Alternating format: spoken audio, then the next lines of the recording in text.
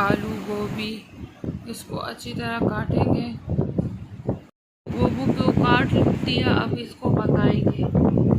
प्याज और घी को डाल दिए कढ़ाई में और इसको अच्छी तरह ब्राउन होने देंगे। लाइट ब्राउन हो गए हैं, अब इसके ऊपर हम डालेंगे लहसुन अदरक और धनिया का पेस्ट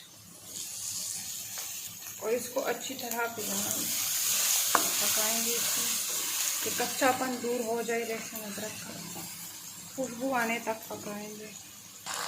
अब इसके ऊपर गोभी और आलू डालेंगे तो अच्छी तरह पकाएंगे इसमें। अब इसके ऊपर टमाटर डालेंगे और कुछ स्पाइसेस डालेंगे। हस्बे ज़रूरत नमक डालेंगे, अजवाइन डालेंगे,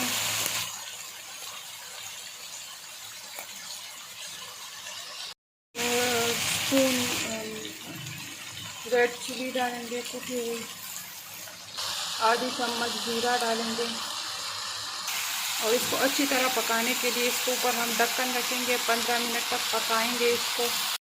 वो भी हमारा तैयार हो गया। अब इसको किसी भी पराठे या सूखी रोटी के साथ खा सकते हैं।